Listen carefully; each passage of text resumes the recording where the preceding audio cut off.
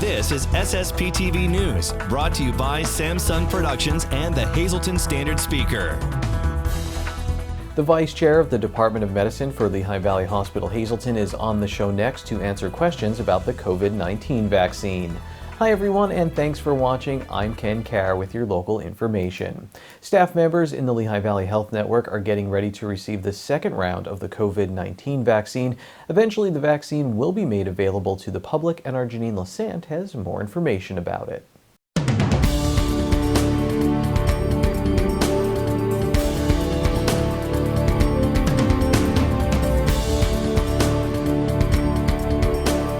Well, in 2021, we know that the vaccine is out for the coronavirus, COVID-19, and to talk about the safety of it and the importance of the vaccine, we have Dr. Jody Lenko back on our program, and she's with Lehigh Valley Hospital in Hazleton, the Vice Chair for the Department of Medicine here at the Hazleton location. And Doctor, thanks for joining us back on SSPTV News. Thanks for having me, and Happy New Year. Happy New Year to you too. A lot of questions with the vaccine, maybe some uncertainty to some. I know people have strong beliefs on whether they want to receive the vaccine and whether they do not. From a professional standpoint, can you talk about the vaccine, the safety of it, why people should get it?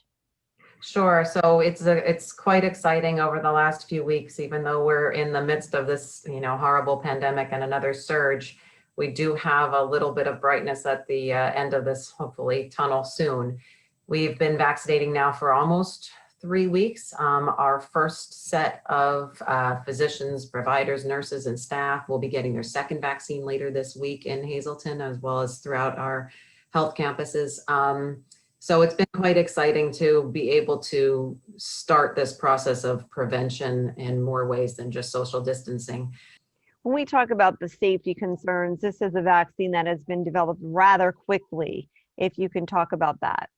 Sure. I've had lots of patients ask me. I'm an outpatient provider, so I see lots of patients on a regular basis, and everybody has asked me, but it's so quick. Why is it so quick? And people have to understand there's very few, this has never happened in our history where all resources of all these major companies and technology companies and industry have come together to work on one thing.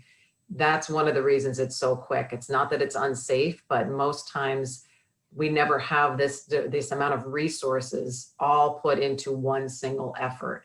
So that's one of the main reasons why it was developed so quickly, was because nobody was focusing on anything else. All resources were solely in developing these vaccines. And fortunately, Moderna and Pfizer have come out with two rather effective, very effective from the preliminary data, vaccines at preventing coronavirus. So the preliminary data looks fantastic.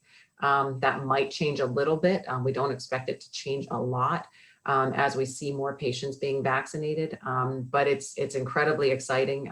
And we've now had an even better trial in the past couple weeks of millions of people being vaccinated across the United States and locally. So we can see what's happening with, the reactions and safety and things like that too. Very good. Now, once you get the vaccine, do you have to wait a certain time and get another shot, or how does it work? Correct. Yeah. So depending on which vaccine you receive, so the Pfizer vaccine is a 3-week interval. The Moderna vaccine is a 4-week interval. So you do have to get that second booster shot, and that is what the United States and the CDC are recommending here. What are the side effects of the vaccine? Some of the other common, most times that's the most common thing we're seeing, is just a mild sore arm. Some people, like my father who had the vaccine, didn't feel a thing. His arm was perfectly fine. The other, I think I'd say more on the serious side, but not very serious, would be kind of mild allergy symptoms. I've had a few people complain of some hives, some feeling of itching, and that goes away within 24 hours for the cases that I've seen. We have not seen, at least locally, any cases of severe allergic reactions like anaphylaxis, where you get tongue swelling, difficulty breathing. We have not seen that locally, although those have been reported. When we get the vaccine, that does not mean that you should not be wearing a mask or social distancing?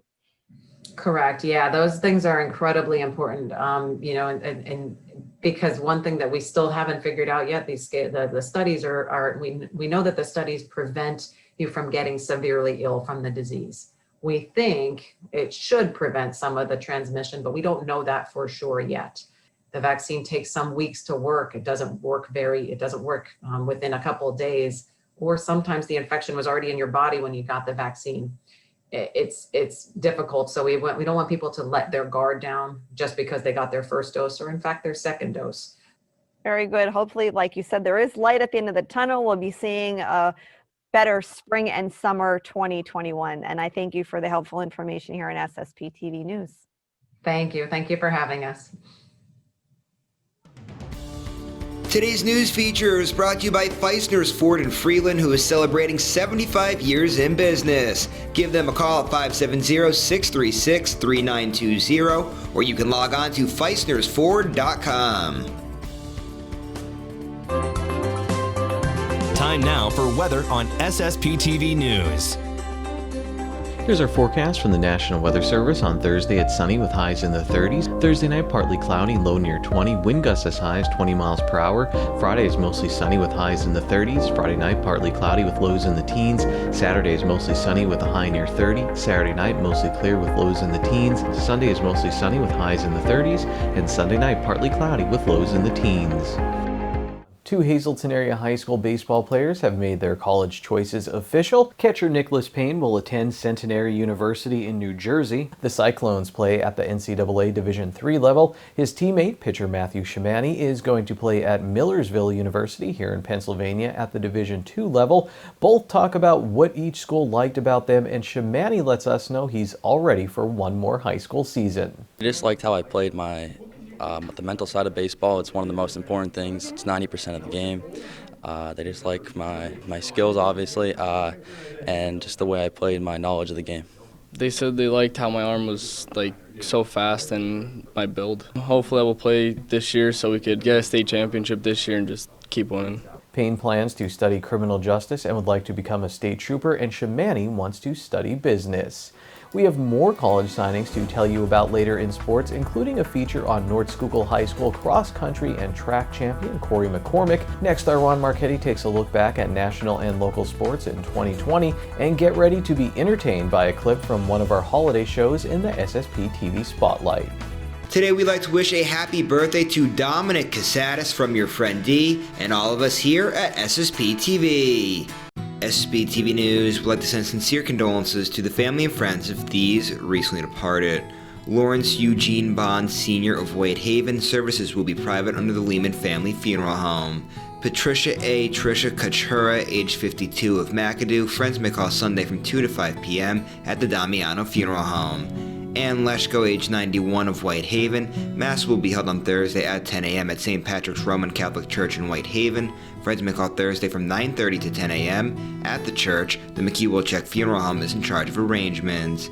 Joseph George Mahalchik, age 92 of Hazel Township. The Harmon Funeral Home will announce their arrangements. Mildred M. Millie Shade, age 92 of Freeland, who passed away on December 30th. Services will be private under the McKee-Wilczek Funeral Home. And Wayne Jake Troy of Zion Grove, the Stauffer Brenzig Funeral Home, will announce their arrangements. Today's social and obituary report is brought to you by Harmon Funeral Homes and Crematory. Call 570-788-0977 or go to harmonfuneral.com.